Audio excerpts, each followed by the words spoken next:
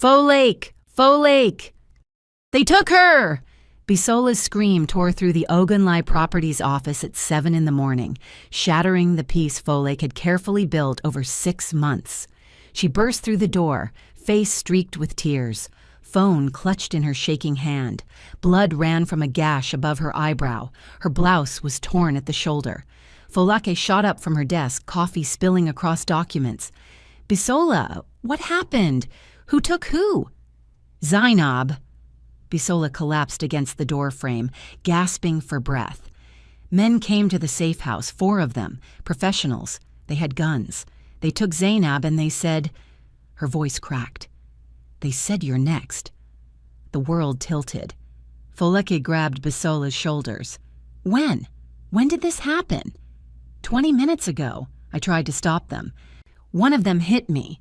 Bisola touched the bleeding cut. They knew exactly where her room was. Folake, they knew the security codes, everything. Behind Bisola, Temitope appeared in the doorway, face pale. Mom, what's happening? Folake's phone buzzed. Unknown number. Her hands went ice cold as she answered. A man's voice, smooth and terrifying in its calmness.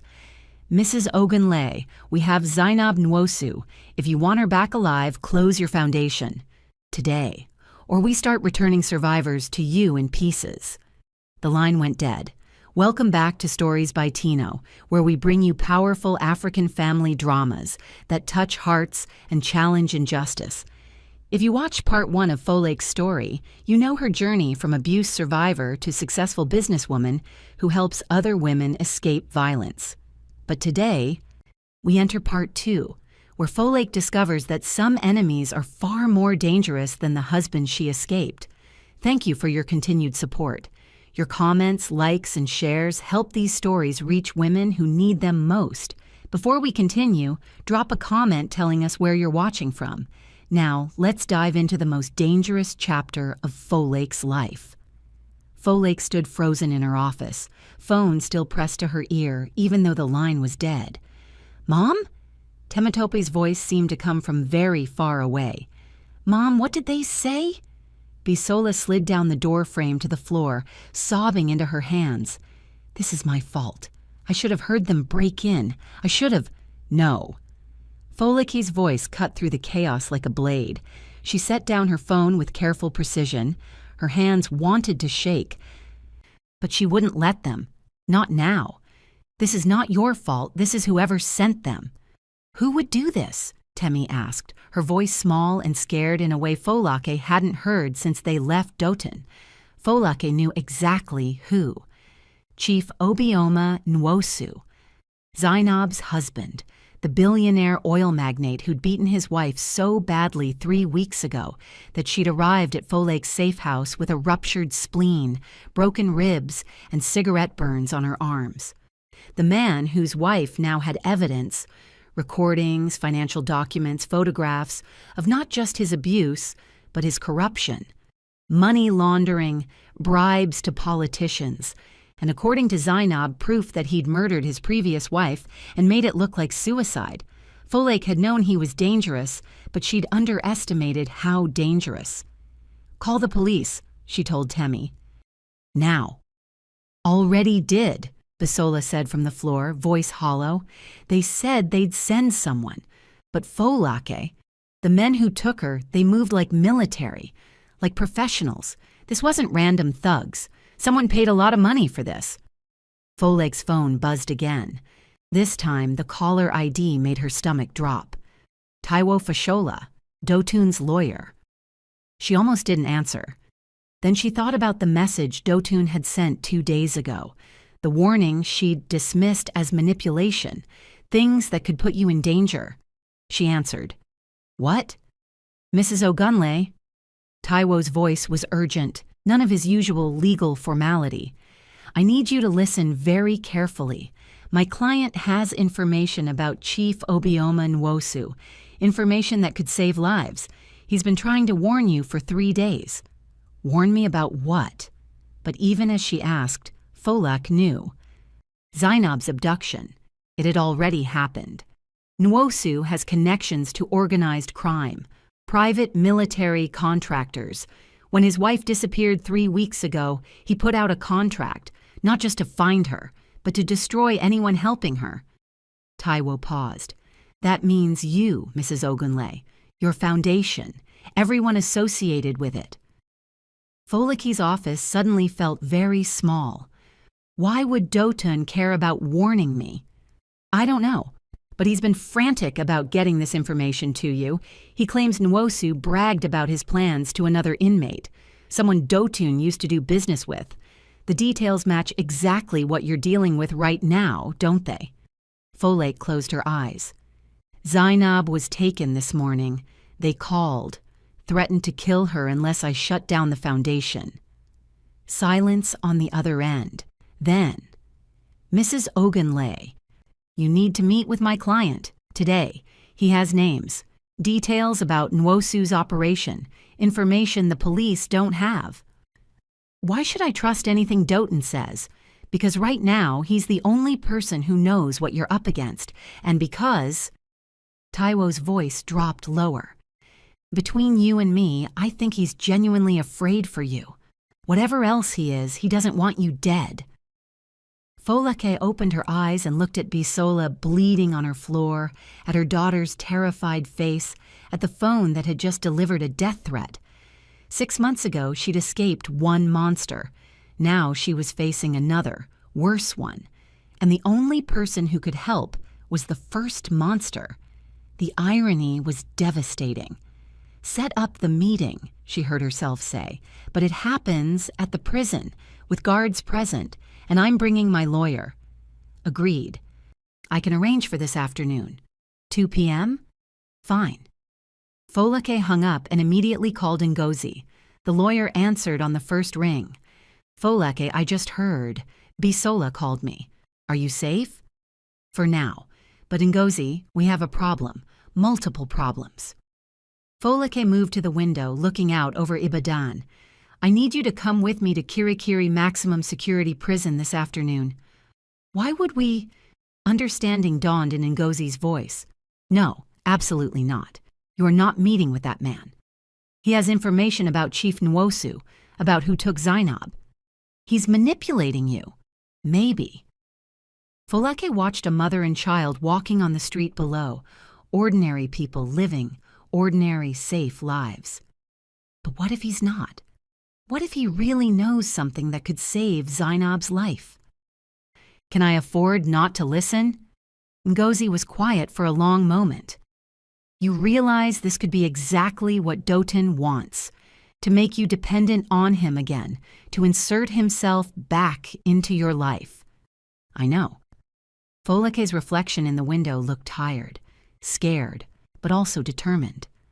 But I started this foundation to save women like Zainab.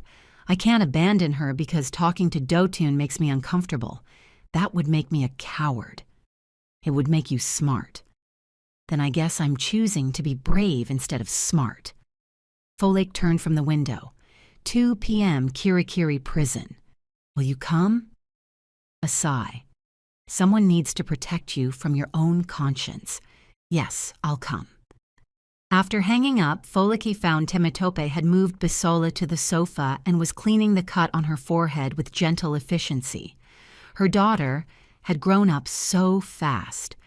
Too fast. Temi, I need you to do something for me. Her daughter looked up, first aid supplies in hand. Anything. Call your grandmother. Tell her to take Fummy and go to Aunt Biodun's house in Lagos, the one with security gates and guards. Temi's eyes widened. You think we're in danger, too? I think we can't take chances. Folake crouched beside the sofa. If Nwosu is willing to kidnap one woman from my safe house, he might target my family to pressure me. I won't risk you or your sister. What about you? Temi's voice cracked. Who's keeping you safe? Folake forced a smile she didn't feel. I have lawyers, security. The police are involved now. I'll be fine. You said that before. Temi's eyes filled with tears. When we were living with Dad, you always said you'd be fine, but you weren't. The words hit like a physical blow. Folake pulled her daughter into her arms. This is different. I'm not trapped anymore. I'm not silent. And I have an army of people protecting me now. Then why are you going to see Dad? Temi pulled back. Because you are, aren't you? I can see it on your face. Sometimes Foleka forgot how perceptive her eldest daughter was. He might have information that can help Zainab. Or he might be lying to get close to you again. Temi's voice was fierce. Mom, he hurt you for 12 years. Don't let him fool you into thinking he's changed just because he's in jail. I won't. Foleka cupped her daughter's face. I promise you, I see exactly who your father is. Nothing he says today will change that. But if there's even a chance he knows something that saves Zainab's life, I have to take it. Bisola spoke up from the sofa, voice ragged. She's right, Temi. Zainab has 3 children, 5, 7, and 9 years old. If we don't find her... She didn't finish the sentence. She didn't have to. 4 hours later, Foleki stood outside Kirikiri Maximum Security Prison in Lagos, trying to control her breathing. She hadn't seen Doden since the divorce was finalized. 6 months of freedom from his face, his voice, his presence. 6 months of slowly learning to sleep without nightmares, to flinch less at sudden movements, to believe she deserved happiness. Now she was about to walk back into his orbit voluntarily. Beside her, Ngozi touched her arm. You don't have to do this. We can walk away right now. No, we can't. Folek straightened her shoulders. She'd chosen her outfit carefully. Professional navy suit, hair in a severe bun, minimal jewelry, armor. Zainab doesn't have time for me to be squeamish. They passed through security, metal detectors, pat-downs, paperwork, each step taking them deeper into the prison complex. The meeting room was small and institutional. Concrete walls, metal table bolted to the floor, 2 chairs on each side, a guard stationed by the door. Folek and Ngozi sat, waited. Then the door opened, and Doten walked in. 6 months in prison had changed him. He'd lost weight. His face was gaunter, older. The expensive suits were gone, replaced by orange prison-issued clothing.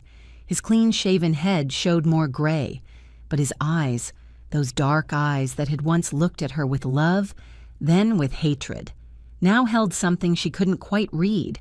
Regret? Fear? Manipulation? She couldn't tell, and she didn't trust herself to know. Folek. His voice was rough, like he hadn't used it much. Thank you for coming. She said nothing, just stared at him across the metal table, this man who'd shaped so much of her trauma, sitting in chains. Ngozi spoke instead. Mr. Babalola, my client is here because you claim to have information about Chief Obioma Nwosu. If you're wasting our time, I'm not. Doten leaned forward, chains rattling. His eyes never left Foleke's face. Nwosu is planning to kill you, not scare you, not threaten you. Actually kill you. And it won't look like murder. It'll look like an accident, a robbery, something the police won't investigate too closely. How do you know this? Folek's voice came out steady, cold. Because he's paying someone in here to do the same thing to me. Doten's laugh was bitter. Ironic, right? The man I used to play golf with is trying to have me killed in prison because his wife is hiding under my ex-wife's protection. That doesn't explain how you know his plans. I know because the man he hired to kill me? Marcus Okonkwo? Former military, now works as a private contractor for wealthy men who need problems solved. Doten's fingers made air quotes despite the handcuffs. Marcus and I go way back. We did business together before everything. He came to me 3 days ago with a warning. Said Nwosu put out a contract on you, 5 million naira. Dead, not alive. The room temperature seemed to drop 20 degrees. He's lying, Ngozi said immediately. This is a manipulation tactic. Call Marcus yourself if you don't believe me. Doten rattled off a phone number. He'll confirm everything. He's the one who told me Nwosu has people inside your organization. That's how they knew where Zainab was hiding. Someone on your staff is feeding him information. Folake's blood turned to ice. That's impossible. Everyone I hired has been vetted. Has been paid more, you mean? Doten leaned back. Nwosu has billions, Folake. He can outbid anyone, and he's patient. He planted someone in your foundation weeks ago, waiting for the right moment.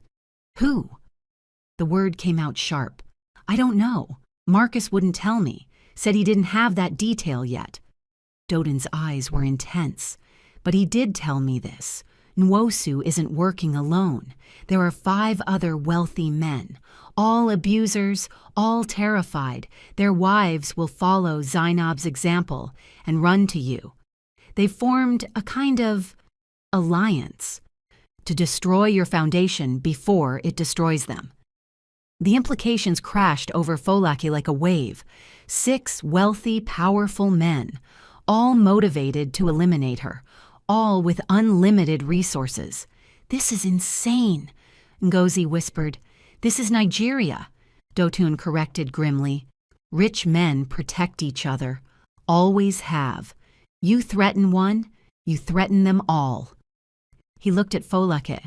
I'm sorry. I know you don't want to hear it from me, but you've made some very dangerous enemies. Why do you care? Folake's voice cracked despite herself. Why warn me? After everything you did to me, why would you care if I live or die? The question hung in the air between them. Doten was quiet for a long moment. When he spoke, his voice was barely above a whisper. Because I spent 12 years destroying you. I won't spend the rest of my life knowing I let someone else finish the job. He met her eyes. You deserved better than me. You deserve better than this. And despite everything, I don't want you dead. Folake didn't know if she believed him, didn't know if it even mattered. What do I do? She asked. If everything you're saying is true, how do I stop them? You can't. Doughton's answer was blunt. Not alone. Not with lawyers and press conferences. These men play a different game. They make people disappear. They buy police. They own judges. He paused. But I know someone who can help. Someone who deals with men like Nwosu. Someone who handles things. Handles things how? Ngozi asked sharply. Doten looked uncomfortable. In ways that won't hold up in court. But will keep Folake alive long enough to expose them properly. You're suggesting we hire criminals to fight criminals, Ngozi said flatly. I'm suggesting you fight fire with fire. Doten's voice hardened. Because right now, Folake is bringing legal briefs to a knife fight, and she's going to lose. Folake stood abruptly. The metal chair scraped against concrete. I need air. She walked to the corner of the room, back to both Doten and Ngozi, trying to process everything. 6 months ago, she'd believed escaping Doten was her final battle. She'd won. She'd built something beautiful from the ashes of her marriage. She'd helped dozens of women find safety. And now she was learning that victory had made her a target, that saving women meant threatening powerful men, that doing the right thing might cost her life. Behind her, she heard Doten speak quietly to Ngozi. I know you don't trust me. I wouldn't trust me either. But everything I've said today is verifiable. Call Marcus. Have your people investigate. You'll find I'm telling the truth. And what do you want in exchange for this information? Ngozi asked suspiciously. Nothing. Dotun's answer was immediate. I don't want anything from her. Not forgiveness, not gratitude, not a reduced sentence. He paused. I just want her to survive. Folake turned around. Give me the contact information for Marcus and for your person who handles things. Ngozi stood. Folake, we need to discuss this later. Folake's voice was firm. Right now, Zainab has been missing for 5 hours. Every minute we waste, she's in more danger. Doten rattled off 2 phone numbers. Ngozi wrote them down reluctantly. One more thing, Doten said as they prepared to leave. Folake. She paused but didn't turn around. Your daughters. Temi and Fummy. Make sure they're somewhere safe, somewhere Nwosu can't find them." His voice cracked. "Please." Foleke walked out without responding, but as the prison doors closed behind her and Lagos air hit her lungs, she pulled out her phone and called her mother. "Mama," she said when the call connected. "Are you and the girls at Biodun's house?" "Yes, we just arrived." "Foleke, what's happening?" Temi said, "Keep them there. Don't let them leave. Don't tell anyone where they are." Foleke climbed into Ngozi's car. "I'll explain everything later. Just keep them safe." After hanging up, she stared at the 2 phone numbers Ngozi had written down. One belonged to a man who killed for money. The other belonged to someone who made problems disappear. 6 months ago, she'd been a woman who believed in justice, in laws, in doing things the right way. Now she was holding the phone numbers of criminals, given to her by her abusive ex-husband, because she'd learned the hard way that sometimes the system doesn't protect women. Sometimes women have to protect themselves, by any means necessary. Folake took a deep breath and dialed the first number. Marcus Okonkwo answered on the second ring. "Yeah?" "This is Folake Ogunle. I believe you have information about a contract on my life." A pause. Then, "Doughton said you might call. We should meet. Somewhere public. Somewhere safe." "There's nowhere safe right now," Folake said quietly. "But we still need to meet. Because I'm not running anymore. And I'm not dying either." "Then you better be ready to fight dirty," Marcus said. "Because Chief Nwosu doesn't play fair. And neither do the men backing him." "I survived 12 years with Dotun Babalola," Folake said, her voice steel. "I'm ready for anything." She hung up and looked at Ngozi. "This is insane," the lawyer said. "We're meeting with mercenaries and criminals instead of going to the police." "The police can't help us." Folake stared out the window at Lagos traffic. "Not against men this powerful. You know that as well as I do. So what's the plan?" "Find Zainab. Expose Nwosu and his friends. Protect my daughters." Folake's jaw set. "And show every abuser in Nigeria that women aren't prey anymore. We're predators too." Her phone buzzed. Unknown number. Text message. "You have 48 hours to close the foundation. After that, Zainab dies, and you're next. Choose wisely. CN, Chief Nwosu.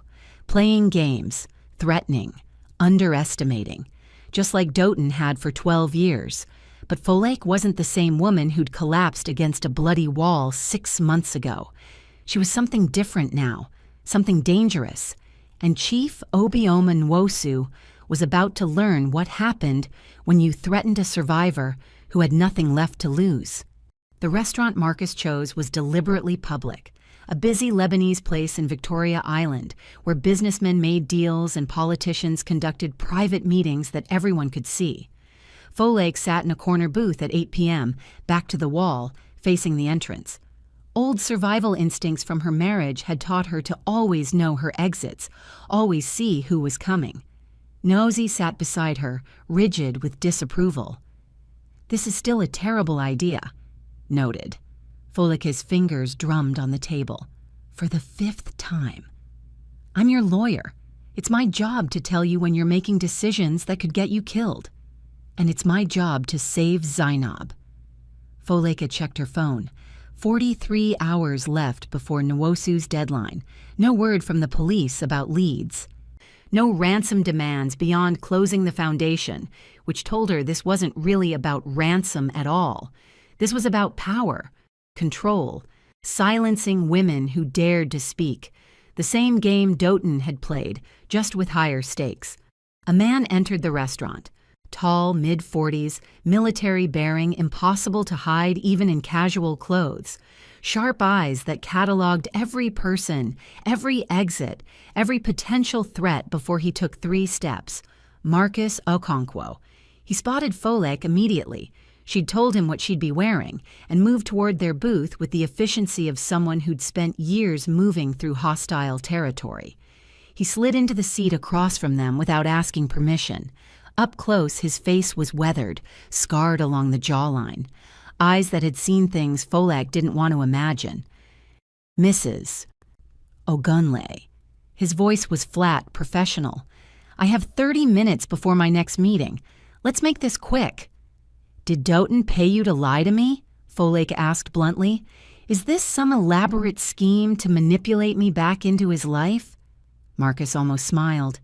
If Doughton could afford to pay me anything right now, he wouldn't be in prison. No. What I told him is true.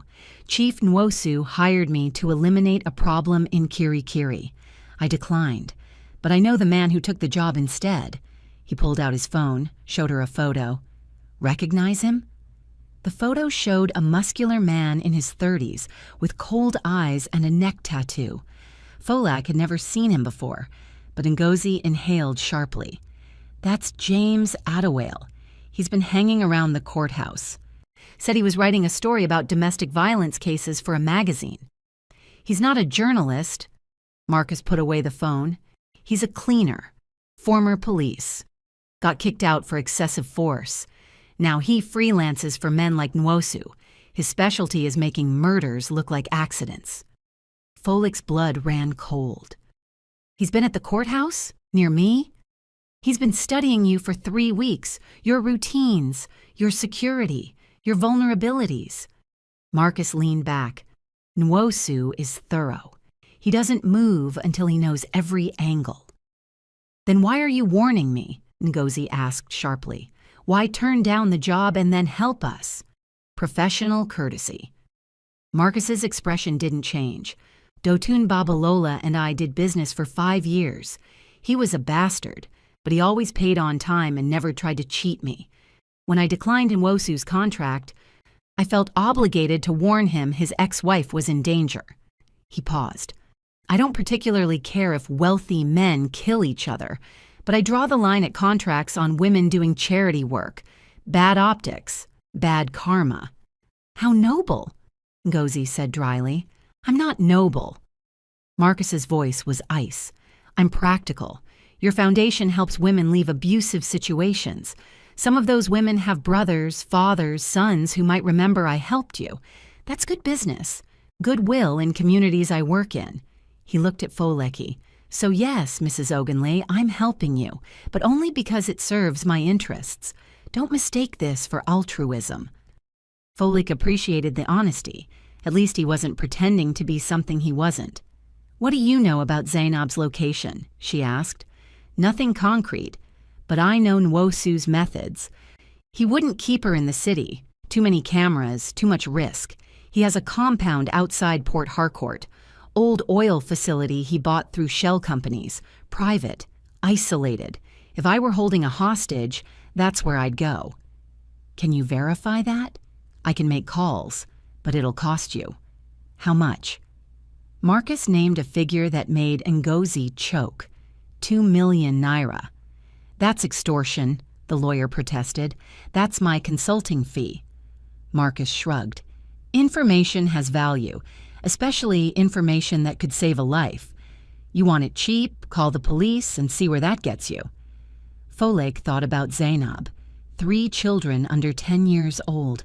A woman who'd found the courage to run, to hide, to gather evidence against one of Nigeria's most powerful men.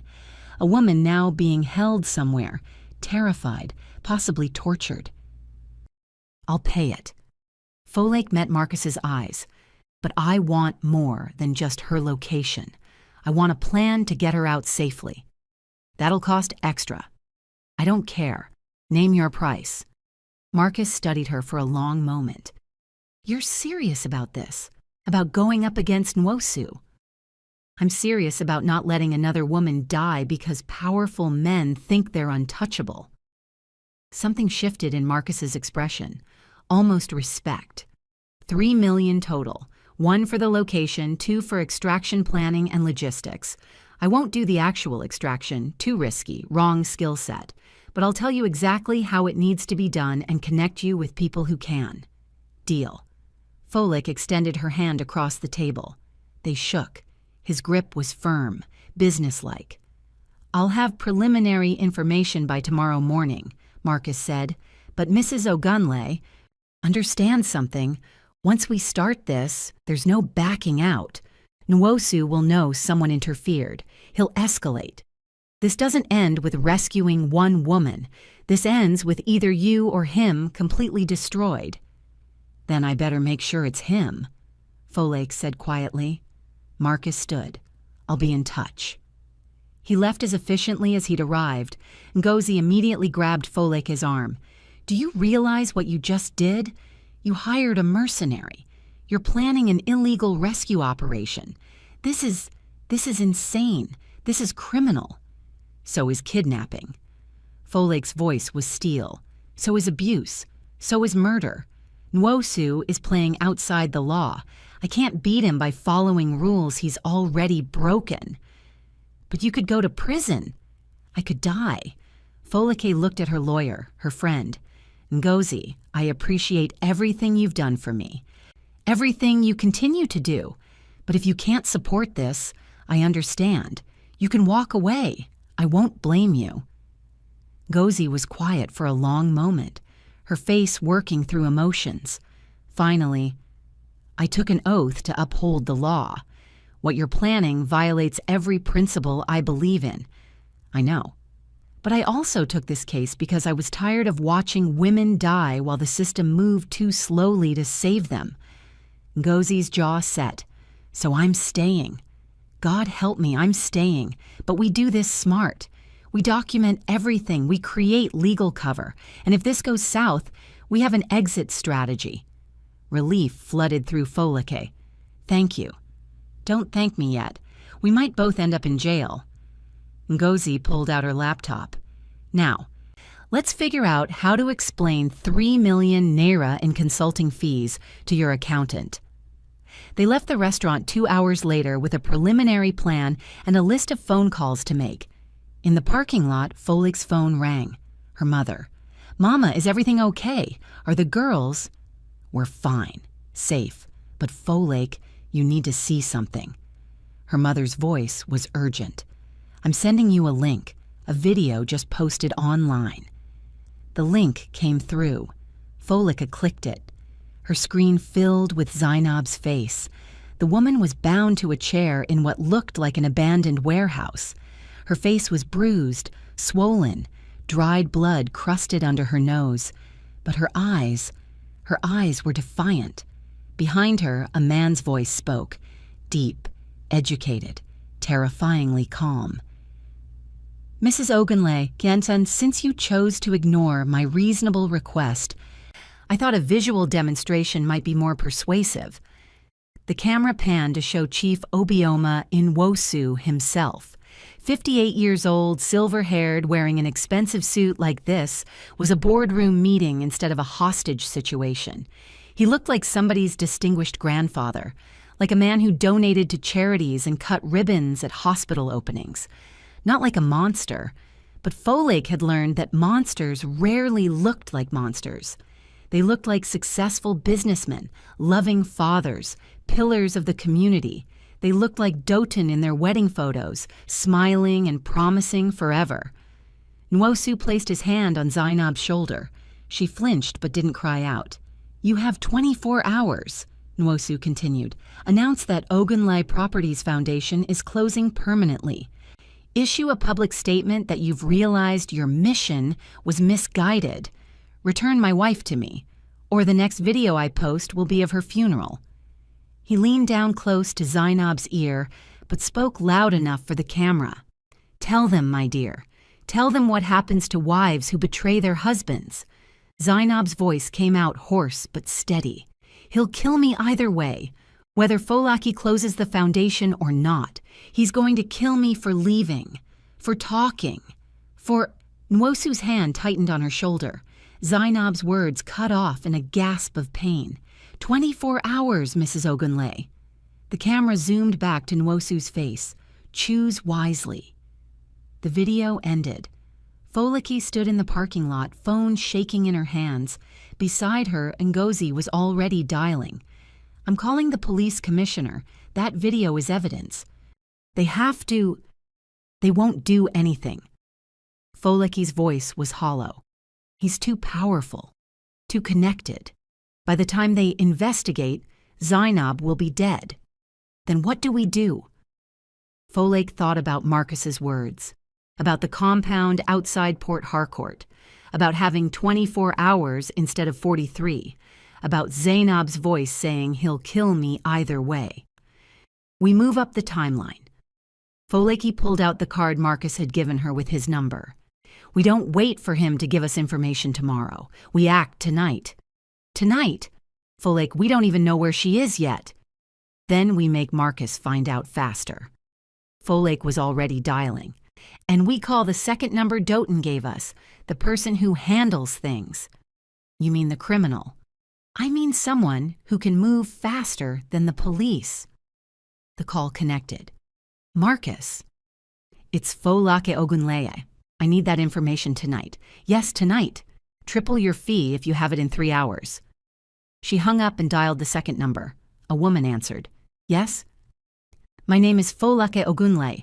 Dotun Babalola gave me this number. He said you help with complicated situations. How complicated? I need to extract a hostage from a compound owned by Chief Obioma Nwosu in Port Harcourt within 24 hours. Silence. Then, that's not complicated. That's suicide.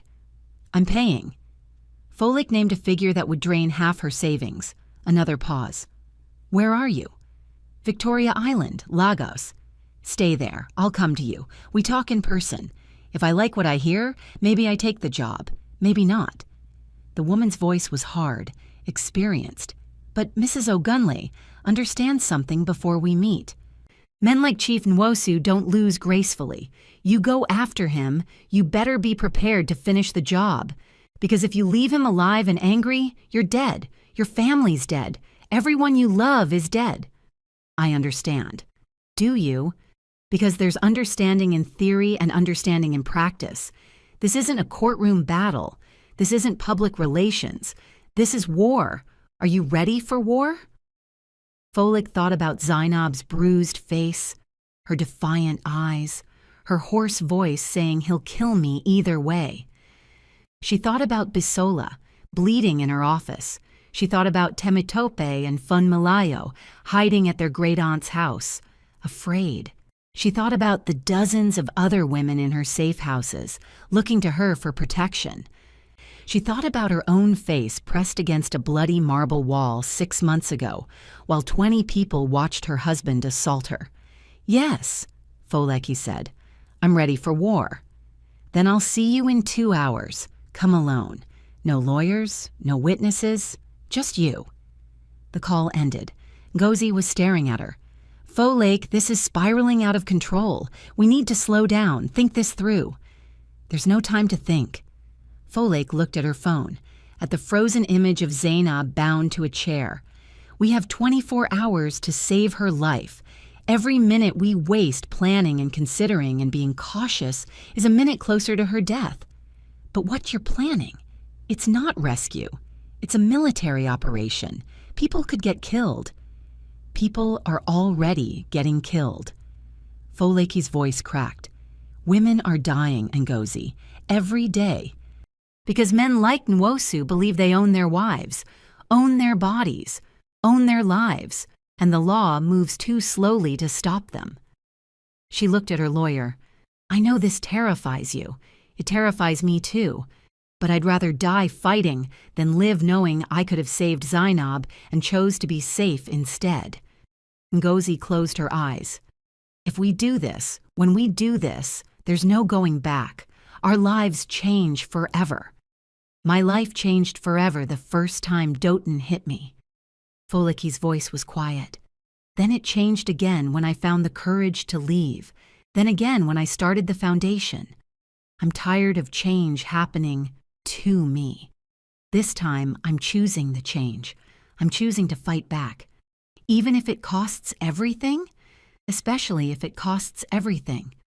Folake looked up at the Lagos sky, at the stars barely visible through the city lights, because some things are worth the cost. Her phone buzzed. Marcus. I have a location, Port Harcourt, like I thought. old shell facility compound 15 kilometers outside the city, sending coordinates. But Mrs. Ogunlai, the security there is serious. Armed guards, surveillance. This isn't some backwater hideout. This is a fortress. Coordinates came through. Folake forwarded them to the woman she'd just spoken with. Then she called Biodun. "Aunt Biodun, I need you to do something for me. Something that might sound crazy." After the past 6 months, nothing sounds crazy anymore. Biodun's voice was calm. "What do you need?" "I need you to take the girls to London. Tonight. Use your private connections. Get them out of Nigeria until this is over." Silence. Then, "How bad is it?" "Bad enough that I'm sending my daughters to another country." Folake's voice broke. "I'm about to do something that might get me killed. And if it does, I need to know they're safe, that they're with someone who'll love them and protect them and tell them their mother died fighting for something that mattered." "Folake, please, Aunt Biodun, please. I've never asked you for anything this important, but I'm asking now. Take my girls somewhere and Wosu can't reach them." "What are you planning?" "Something Doten would have called me too weak to do." Folake smiled bitterly. "Something that proves he never knew me at all." "I'll have them on a plane by midnight," Biodun said. "Private charter, no passenger manifests, completely untraceable." She paused. "But Folake, you come home to them. You hear me? Whatever you're about to do, you survive it and come home." "I'll try." "Don't try, do. Those girls have already lost too much. They can't lose their mother." After hanging up, Folake turned to Ngozi. "Go home. Be with your family. I'll handle the meeting with the woman." "Absolutely not." Ngozi's voice was firm. "You said come alone. Fine. I'll wait in the car, but I'm not letting you meet with a criminal without backup." "Ngozi, I'm staying. End of discussion." Folake was too tired to argue, too scared, too determined. 2 hours later, she sat in her car in an empty parking garage in Victoria Island. Ngozi was parked 3 spaces away, pretending to be on her phone but clearly watching. A motorcycle pulled up. The rider was slim, female, dressed in all black with a helmet that hid her face. She parked and walked to Folake's car.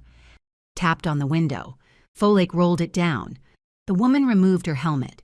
She was younger than Folake expected, early 30s, Nigerian, with close-cropped natural hair and a scar bisecting her left eyebrow. Her eyes were the coldest Folake had ever seen. "I'm Kemi." No last name offered. "You're Folake." "Yes." "Show me the location." Folake pulled up the coordinates on her phone. Kemi studied them for 30 seconds.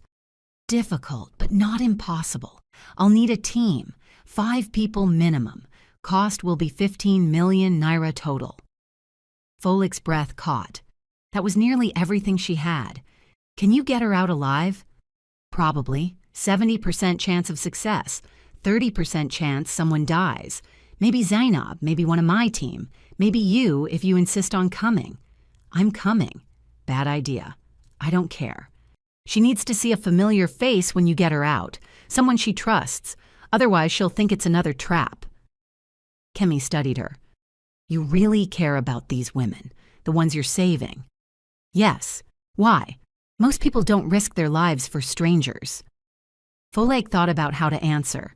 "Because I know what it's like to be trapped. To believe you'll die in that trap. To think no one's coming to save you." She met Kemi's cold eyes. "And because when I finally escaped, I promised myself I'd be the person who comes to save other women, no matter the cost." Something flickered in Kemi's expression. "I had a sister. Husband beat her for 6 years. One day she called me, said she was ready to leave. I told her to wait 3 days while I arranged a safe place." Kemi's voice was flat. "He killed her that night. Pushed her off their balcony. Made it look like suicide. I'm sorry. Don't be. Be ready." Kemi put her helmet back on. "I take this job. We move tomorrow night, 24 hours from now. You meet me in Port Harcourt with the money, cash. We go in, we get her, we get out. Anyone who gets in the way gets hurt, understand? Yes. And Mrs. Ogunle, after this, you and Chief Nwosu are enemies for life. He'll never stop coming after you. Never forgive, never forget. You sure you want this war? Folake thought about Zainab's bruised face on the video, about her hoarse voice, about the 3 children who might grow up without a mother, about Temitope and Funmilayo who'd already grown up watching their father hurt their mother, about every woman who'd ever been told she was nothing without her abuser. I'm sure, Folake said. Let's go to war. Kemi nodded once and drove away on her motorcycle, disappearing into Lagos traffic. Folake sat in her car, hands shaking, knowing she'd just crossed a line she could never uncross. Tomorrow night she would become something she'd never been before. Not a victim, not a survivor, something else entirely. A warrior. The flight to Port Harcourt left at 6 a.m. Folake sat in the business class cabin, surrounded by oil executives and businessmen heading to Nigeria's petroleum capital, and felt completely alone despite the crowd. She'd barely slept, spent the night transferring money, arranging logistics, saying goodbye to her daughters via video call without telling them it might be the last time. "Mom, why do we have to go to London?" Funmilayo had asked, her 15-year-old face suspicious on the screen. "Because Aunt Biodun needs help with a project," Folake lied smoothly, "and because you two deserve a vacation after everything you've been through." "You're lying." Temitope's voice was flat. "Something's wrong. I can see it on your face." Folake had looked at her 17-year-old daughter, so perceptive, so much older than she should be, and made a choice. "You're right. Something is wrong, but I'm handling it, and I need you safe while I do." She'd leaned closer to the camera. "Temi, Fummy, whatever happens, know that I love you more than anything in this world. You two are the reason I survived, the reason I kept fighting, the reason I started the foundation. You made me brave." "Mom, you're scaring me," Fummy whispered. "Don't be scared, be proud." Folake had smiled through tears. "Your mother isn't a victim anymore. She's something better." The call had ended with both girls crying, Biodun in the background promising to keep them safe, and Folake alone in her mother's house, wondering if she'd just said her last goodbye. Now, 30,000 feet above Nigeria, she pulled out her phone and reviewed the plan Kemi had sent. Operation Timeline. 18 Tio, team assembles at Safe House, Port Harcourt. 19 Tio, final briefing, equipment check. 21 Tio, move to compound perimeter. 22 Tio, breach and extraction. 20-30, exfiltration to secondary location. 23 Mars, medical assessment and debriefing. Simple, clean, professional, and absolutely terrifying. Folake had never done anything like this. Never held a weapon. Never participated in violence. Her battles had been fought in courtrooms and press conferences, but Zainab didn't have time for courtrooms. The plane touched down in Port Harcourt at 7:30 a.m. The city stretched below, oil refineries belching smoke, luxury hotels catering to foreign executives, slums pressed against mansions in the chaotic way of Nigerian cities. Somewhere down there, Zainab was being held captive. Somewhere down there, Chief Nwosu was waiting. Folake collected her single bag. She'd packed light, practical clothes, nothing that couldn't be abandoned if necessary, and took a taxi to a modest hotel in the old GRA district. Not luxury, not memorable. The kind of place where people ask no questions. In her room, she transferred 15 million naira in cash from a duffel bag to a secure backpack. The weight was enormous, both physically and metaphorically. This was her future. Her security, everything she'd built, and she was about to hand it to a woman she'd met once for a mission that had a 30% chance of failure. But what else could she do? Her phone buzzed. Marcus. Additional intel. Nwosu increased security after posting that video. 12 guards now instead of 8. He knows someone might try something. Be careful. 12 guards. armed, trained, loyal to a man who paid extremely well, against Kemi's team of 5. The math didn't look good.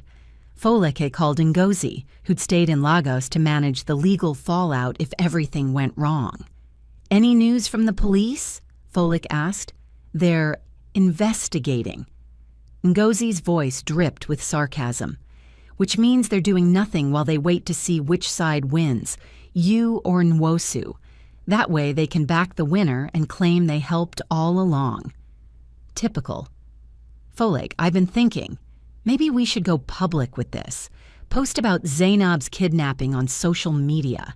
Create pressure. Make it too expensive for Nwosu to kill her." "He posted a video of her being held hostage and nothing happened," Foleke said bitterly. "What makes you think more publicity would help?" "Because right now only a few thousand people have seen it. If we could make it viral, really viral, Nwosu couldn't make her disappear without questions." Foleke considered it. "Do it. Post everything. The kidnapping, Nwosu's history of abuse, Zainab's evidence. Make it impossible to ignore. That'll paint a target on your back." "I already have a target on my back." Foleke looked out the hotel window at Port Harcourt's skyline. "At least this way, if Nwosu kills me, everyone will know who did it." After hanging up, Foleke spent the day in her hotel room, watching social media explode. Ngozi had posted from the foundation's official account. Within 2 hours, the story was trending. Major news outlets picked it up. International organizations condemned the kidnapping. The British High Commission issued a statement calling for Zainab's safe return, but still no action from Nigerian authorities, because Chief Obioma Nwosu was too powerful, too connected, too rich, the kind of man who'd always gotten away with everything, until now. At 6 p.m., Foleke took a taxi to an address in a quiet residential area. The safe house was unremarkable, a 2-story building behind high walls, the kind of place wealthy people kept as investment properties. She paid the taxi and knocked on the gate. It opened immediately. Kemi stood there in tactical black clothing, a pistol visible at her hip. "You're on time." "Good." Inside, 4 other people waited in the living room. 3 men, 1 woman, all Nigerian, all with the same hard, experienced look as Kemi. "My team," Kemi said without offering names. "You don't need to know who they are. They don't need to know your story. We're professionals. We do the job, we get paid, we disappear." Foleke set down the backpack with the money. "Half now. Half when Zainab is safe." Agreed. Kemi opened the backpack, counted the cash with practiced efficiency. 7.5 million naira. She distributed shares to her team. Then she pulled out a tablet showing satellite images of the compound. "Here's what we know. Former shell facility, abandoned in the 90s, bought by Nwosu through shell companies 10 years ago. He's renovated it as a private compound. Main building here," she pointed, "is where Zainab is likely held. 3 entrances, 12 guards on rotating shifts, 4 guards active at any time, 8 resting." "How do we get past them?" Foleke asked. "We don't." Kemi zoomed in. "We create a diversion here, at the south entrance, draw guards away from the main building. While they respond, we breach from the north, extract the target, and exit before they realize what happened." "What kind of diversion?" Kemi smiled, and it wasn't pleasant. "Fire. Explosions are too risky, might hurt Zainab. But a vehicle fire will draw attention, make them think someone's attacking from that direction." One of the men spoke up, his voice gravelly. "I'll handle the diversion. Done it before. In and out, no traces." "What about Nwosu himself?" Foleke asked. "Will he be there?" "Intel says yes. He's staying at the compound until this situation is resolved." Kemi made air quotes, "which means we might encounter him during extraction. If we do, we avoid engagement if possible. But if he gets in the way," Kemi's hand rested on her pistol, "we do what's necessary." Foleke's stomach churned. She'd fantasized about Nwosu facing justice. But violence? Could she really be part of something that might end with him dead? Then she thought about Zainab's bruised face, the cigarette burns on her arms, the way she'd flinched when Nwosu touched her shoulder in the video. Yes, she could. "Mrs. Ogunlay," Kemi said, "you'll stay with me during the operation. Stay behind me.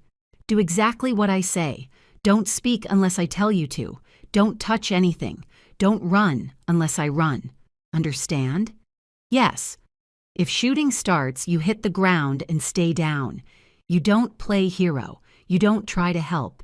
You become the smallest target possible and let us work." "I understand." "Good." Kemi checked her watch. "We move in 3 hours, eat something, use the bathroom, then we don't stop until it's done." The next 3 hours crawled by like days. Folaki couldn't eat. Her stomach was twisted into knots. She sat in a corner of the safe house, watching Kemi's team prepare with professional efficiency. They checked weapons, loaded magazines, tested communication equipment, reviewed the compound layout until every detail was memorized. These weren't activists or volunteers.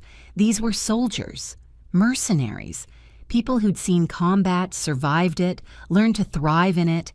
And Folek, a woman who'd spent 12 years as a housewife, then 6 months as a foundation director, was about to go into battle alongside them. Her phone buzzed, a message from an unknown number. "I heard what you're planning. Don't do it. Nwosu is expecting you." "It's a trap. Please, Folek. For once in your life, be smart instead of brave. D. Doten." Somehow he'd heard about the rescue attempt, probably through Marcus or his prison connections. She stared at the message for a long moment, then deleted it. If this was a trap, she was walking into it anyway, because the alternative was abandoning Zainab to die. And Folek had learned something important over the past 6 months.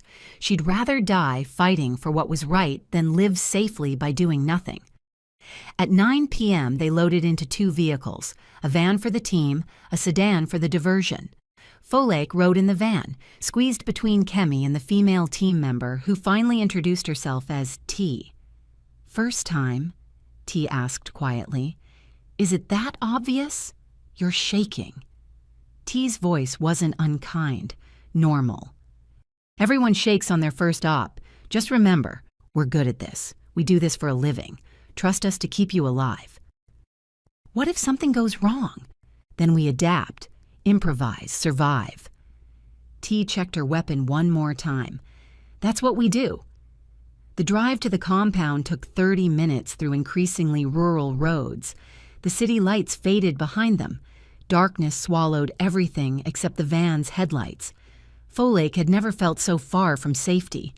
They parked a kilometer from the compound and continued on foot.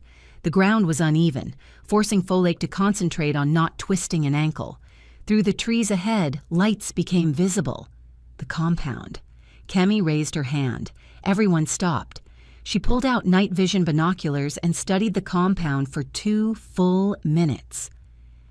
Then she gestured to the man handling the diversion. He nodded and disappeared into the darkness. 10 minutes, Kemi whispered to the team. "Then we move." Folake crouched in the underbrush, her heart hammering so hard she was sure everyone could hear it. Mosquitoes buzzed around her head. The humid Port Harcourt air pressed down like a blanket.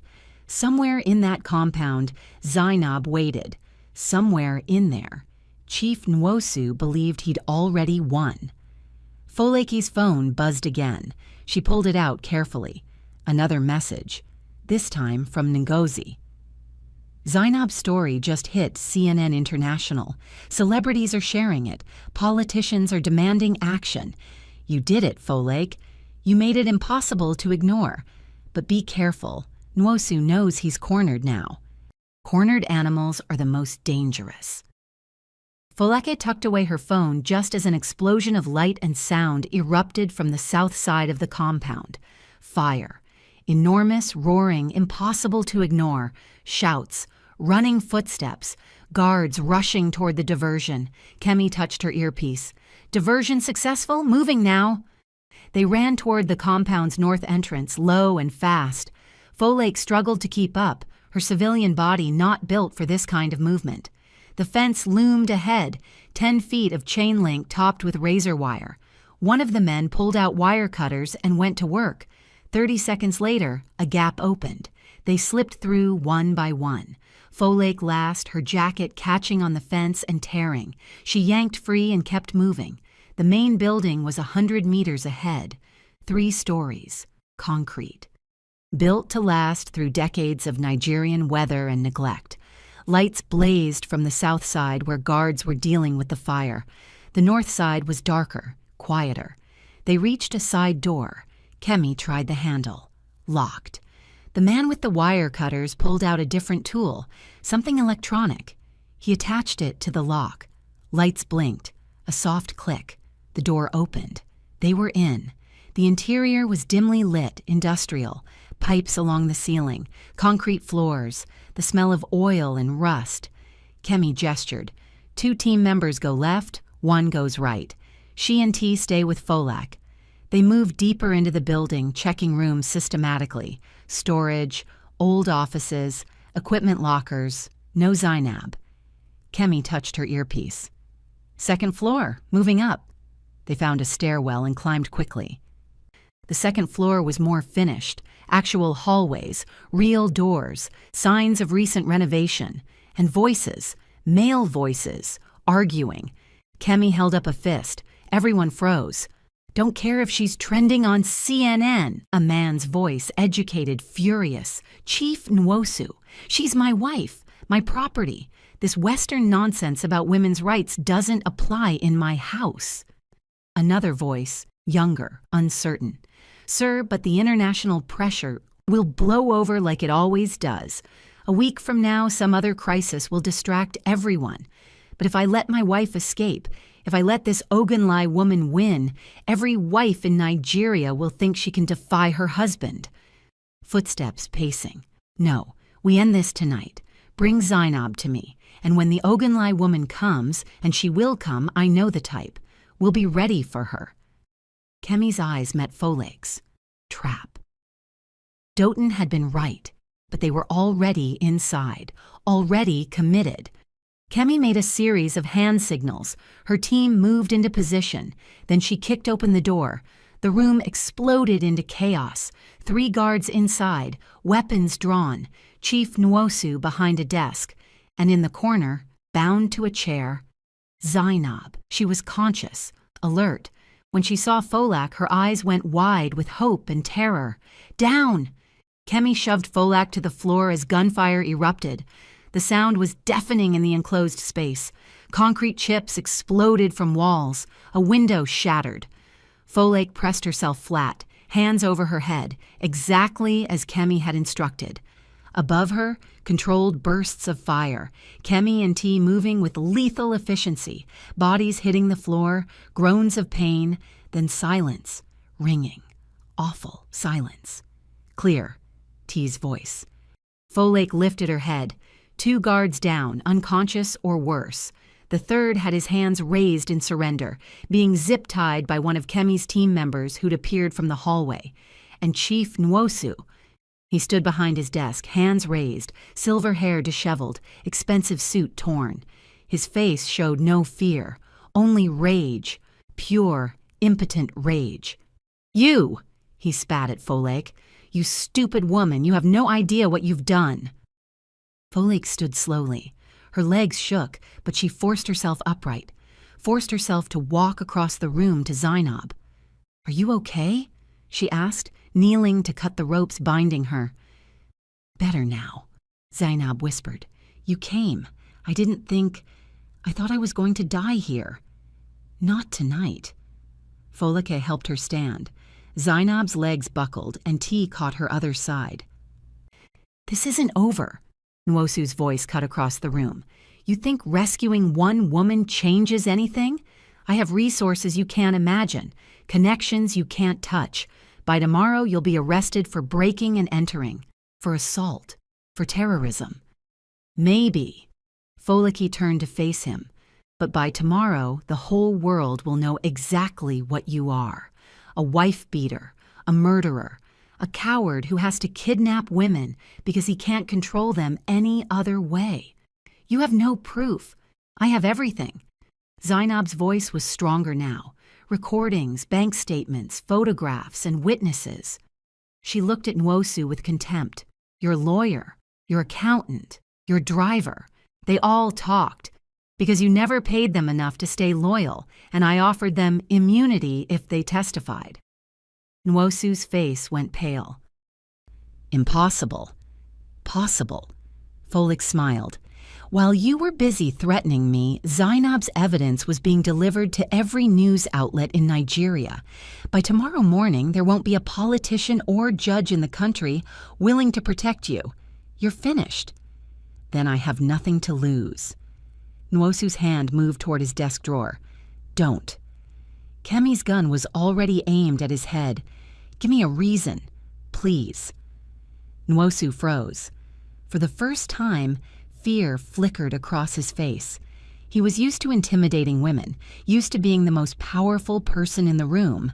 But Kemi wasn't intimidated, and she would absolutely shoot him if he moved wrong. We're leaving, Kemi said. You stay here. Don't follow. Don't call for help until we're gone.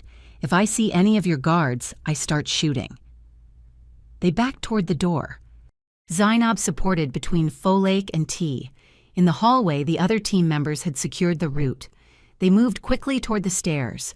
Behind them, Nwosu's voice echoed. This isn't finished, Ogunleye. You hear me? This isn't... Whatever else he said was lost as they descended to the first floor. The diversion fire was dying down outside. Guards would be returning soon. They ran for the north entrance, burst through the door, sprinted across the compound toward the hole in the fence. Folake's lungs burned. Her legs screamed. But she kept moving, kept pulling Zainab along. Behind them, shouts. Someone had discovered the breach. Move! Kemi barked. They hit the fence, practically throwing Zainab through the gap. Folake followed. T right behind her. Gunfire. Real gunfire.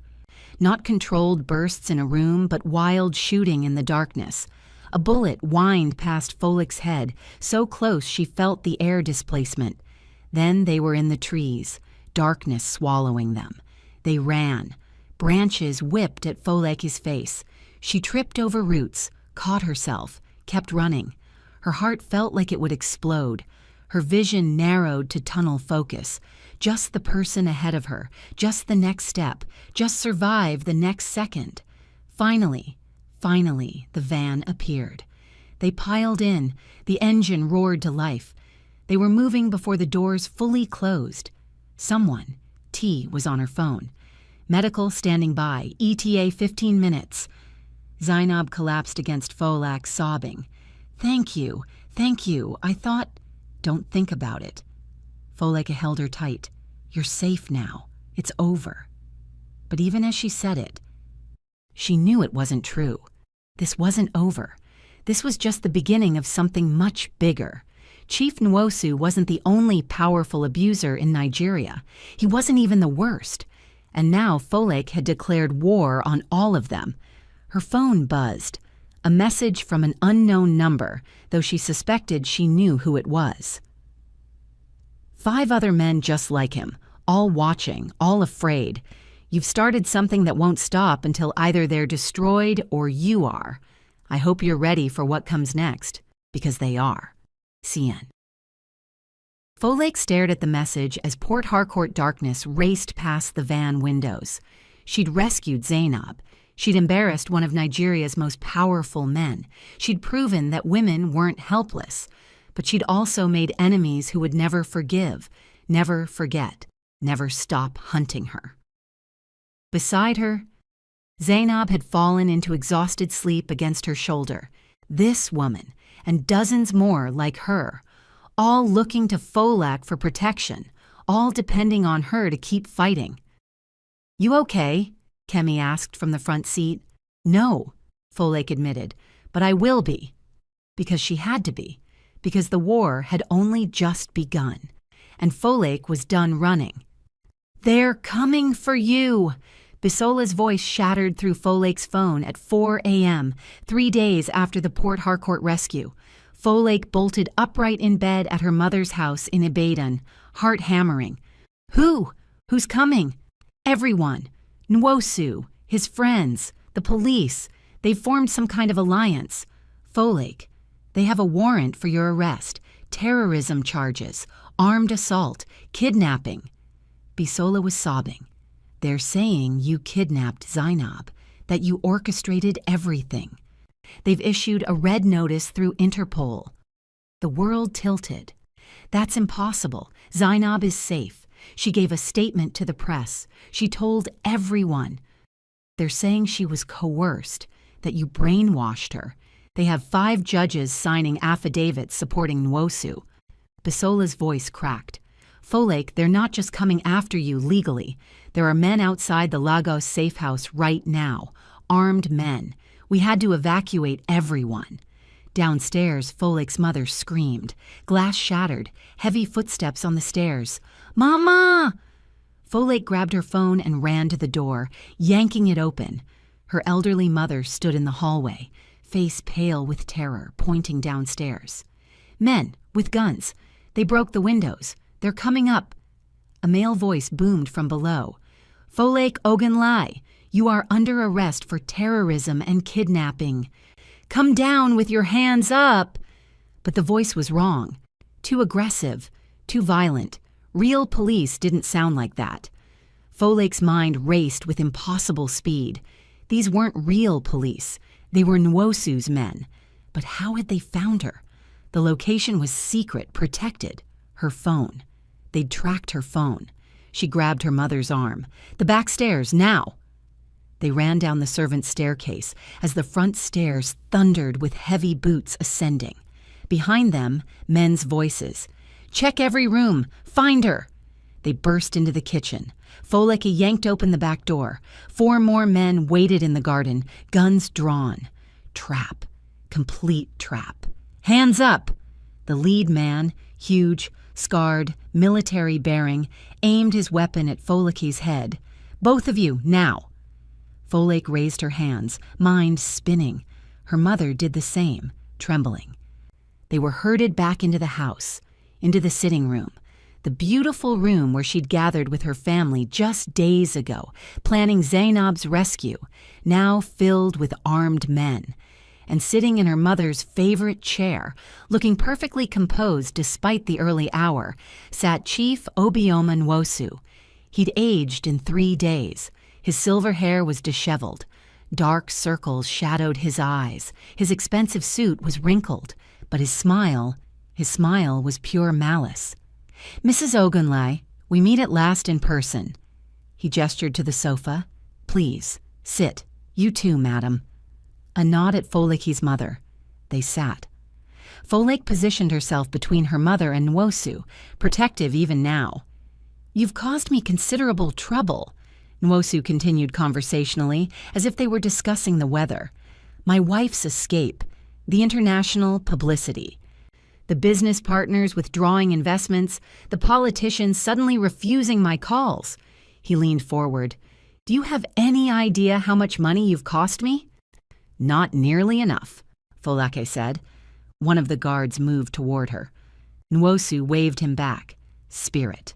I respect that. You remind me of my first wife, before she learned her place. His eyes went cold. Before she learned what happens to women who defy me. You mean before you murdered her? Murder is such an ugly word. I prefer solved a problem. Nwosu smiled. The police called it suicide. Depression, they said. Tragic. Everyone believed it because I'm a pillar of the community, a philanthropist, a job creator. He was confessing, right here, in front of witnesses, because he planned to kill her anyway. Folake's phone, still in her hand behind her back, buzzed. She carefully swiped to answer without looking, praying whoever was calling would hear what was happening. Here's what happens next, Nwosu said. You're going to record a video. You'll say you kidnapped my wife, brainwashed her, fabricated evidence against me and 5 other respected businessmen. You'll confess to running a criminal enterprise disguised as a women's charity. And if I refuse, then your mother dies. right here, right now, followed by your daughters. Yes, I know they're in London, but I have people there too. Followed by every woman currently in your safe houses. Followed by you. He spoke so calmly, like ordering breakfast. Dozens of deaths, all because you were too proud to admit defeat. Folake's mother grabbed her hand, squeezing hard. Or, Nwosu continued, you confess, discredit yourself. Your foundation collapses. The women scatter, and you go to prison for 20 years, but everyone else lives. Your mother, your daughters, the women you claim to protect. He tilted his head. What's one life against so many? Isn't that what martyrs do? Sacrifice themselves? Folake thought about Temitope and Funmilayo safe in London, about Zainab, recovered and giving interviews to international media, about Bisola and the dozens of other women who'd found courage through her foundation, about her mother sitting beside her, who'd finally learned to stand up against abuse after 63 years of silent compliance. Could she trade all their lives for her own pride? I need guarantees, Folake said quietly. How do I know you'll keep your word? You don't. Nwosu shrugged. But it's the only offer you'll get. Make the video, or everyone dies. Your choice. Behind her back, Folake's phone was still connected, still recording, still transmitting this confession to whoever had called. She prayed it was the right person. Okay, she said, I'll make your video. Nwosu smiled triumphantly. Smart woman. Finally. He gestured to one of his men. Set up the camera. The man pulled out a professional video camera. They'd come prepared and set it on a tripod. Now, Nwosu said, you'll read exactly what I tell you, word for word. He pulled out a script, handed it to Folake. She read the first line. My name is Folake Ogunle, and I am a criminal and a liar. The words tasted like poison, but she kept reading. I founded my so-called charity as a front for extortion. I targeted wealthy men, helped their wives escape, and then blackmailed the husbands for money. Glass exploded inward from 3 windows simultaneously. Smoke grenades rolled across the floor, filling the room with choking white clouds. Ambush! Nwosu's guards raised their weapons, spinning in confusion. Dark figures poured through the broken windows, moving fast, professional. Kemi's team. Gunfire erupted, controlled, precise. Nwosu's men went down one by one, non-lethal shots to shoulders and legs. Folake grabbed her mother and pulled her behind the sofa. Through the smoke, Kemi appeared like a ghost. You okay? How did you... Your phone.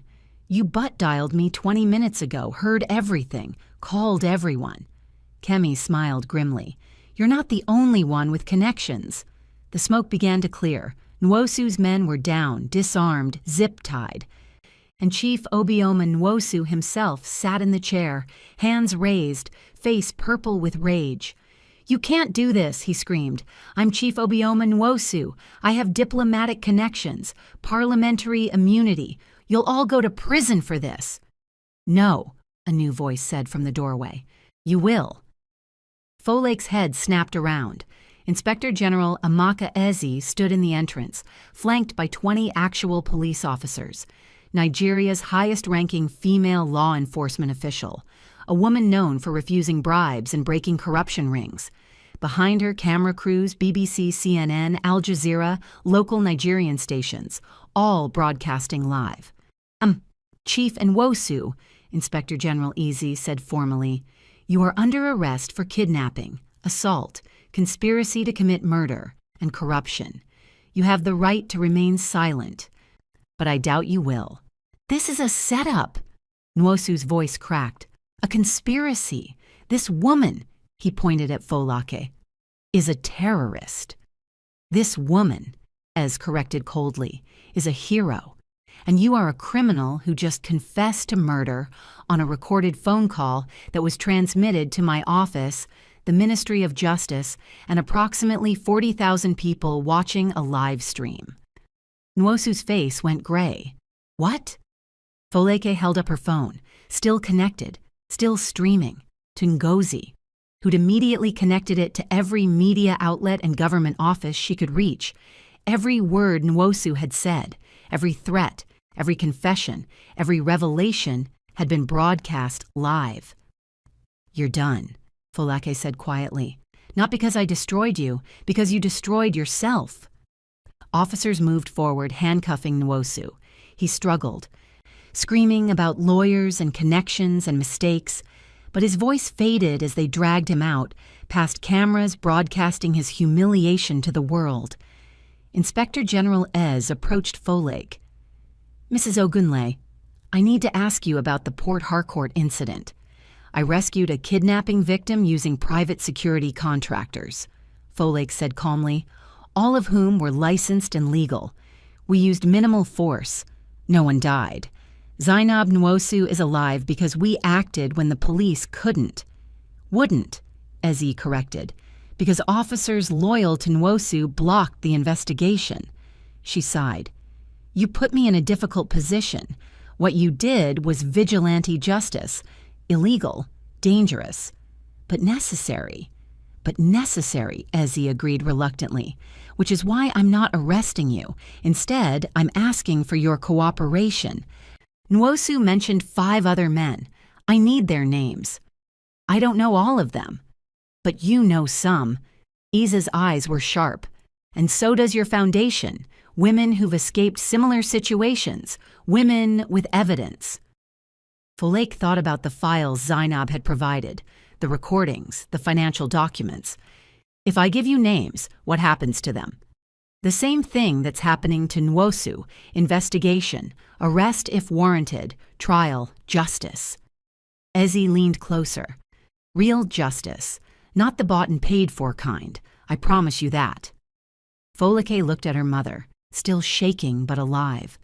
Thought about her daughters in London, safe.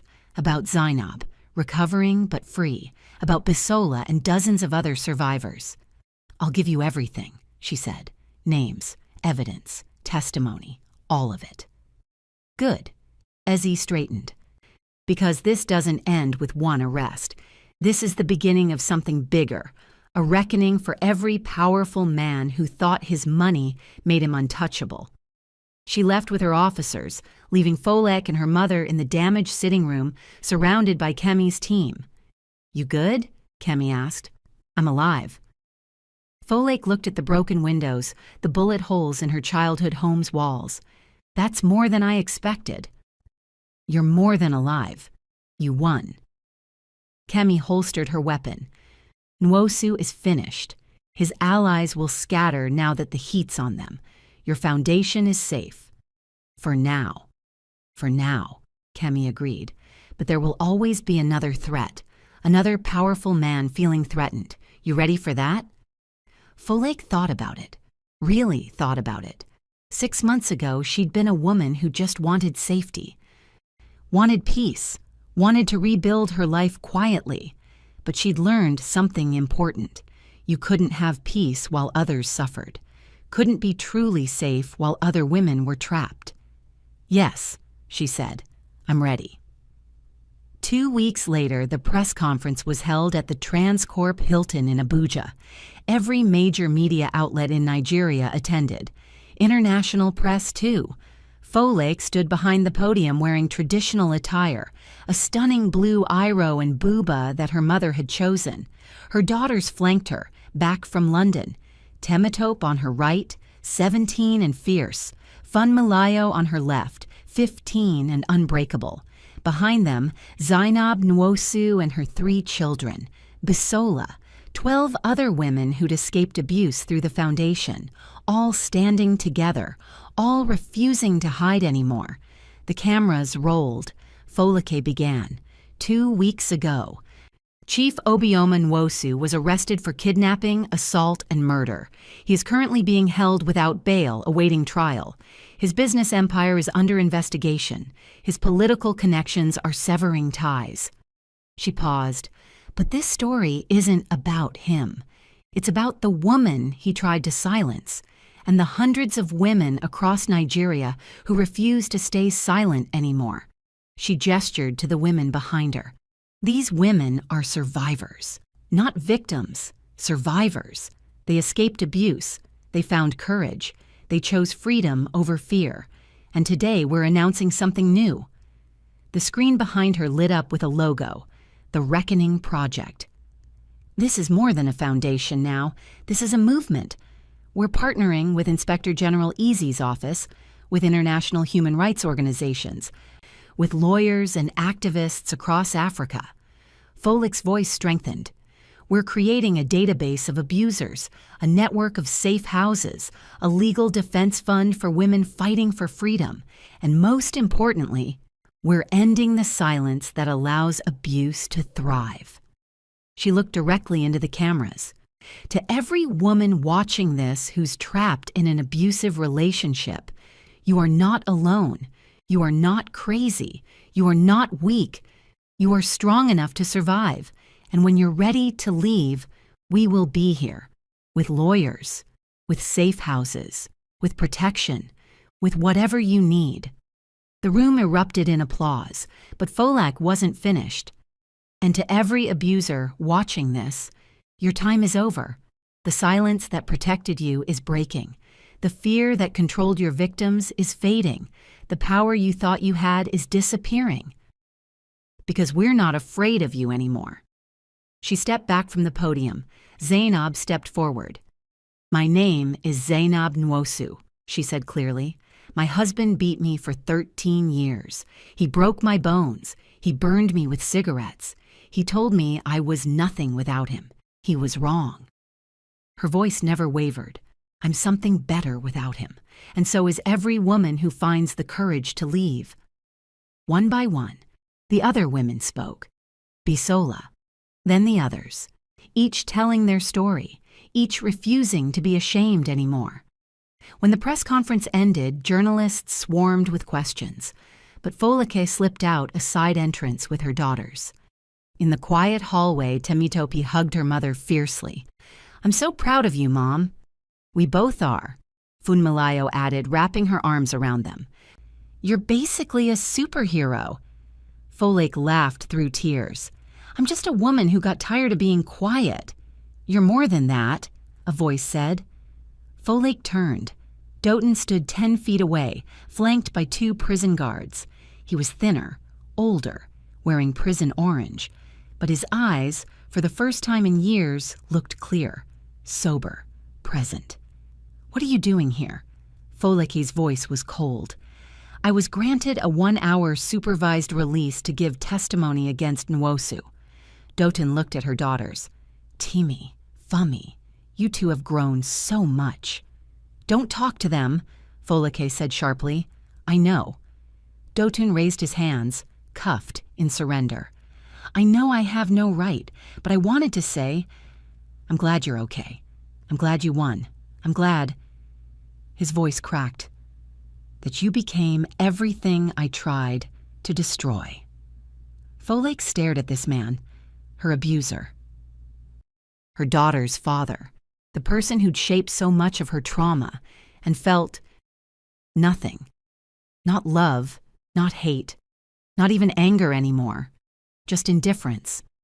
I hope you find peace, Doten, she said quietly. Real peace, the kind that doesn't require hurting others to feel powerful. I'm trying. He looked at his daughters. I'm in therapy, in prison. It's helping me see what I became, what I did to all of you. Tears streamed down his face. I'm sorry. I know it doesn't fix anything. I know I can never undo the damage, but I'm sorry. Temitope spoke, her voice hard. Good. You should be. What you did to Mom, to us, it was unforgivable. I know. But, Temi continued, maybe someday if you actually change, if you become someone different, maybe we can talk. Not now, not soon, but someday. Doten nodded, unable to speak. The guards led him away. Folake watched him go and realized something profound.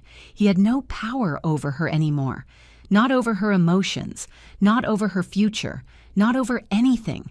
She'd won more than legal battles. She'd won herself back. 6 months later, the Ogunlai Properties Foundation had expanded to 12 cities across Nigeria. 300 women housed, 50 abusers arrested, countless lives changed. Folake stood in the new Lagos headquarters, a beautiful building she'd purchased with the money from Dotun's final settlement, and looked at the wall of photos. Survivors, all of them. Women who'd walked through hell and come out the other side. Her phone rang. Inspector General Ease. "Mrs. Ogunlai, I have news. Chief Nwosu was sentenced today. 40 years. No parole." Folake closed her eyes. "Thank you." The other 5 men are under investigation. 2 have already fled the country. 3 are cooperating, hoping for reduced sentences. Your evidence was crucial. After hanging up, Folake walked to the window overlooking Lagos. The city sprawled below, chaotic, beautiful, broken and thriving simultaneously. Somewhere in that city, women were suffering, being hurt, being controlled. But somewhere in that city, other women were escaping, finding courage, discovering their strength. And Folake would be there for them, every single one.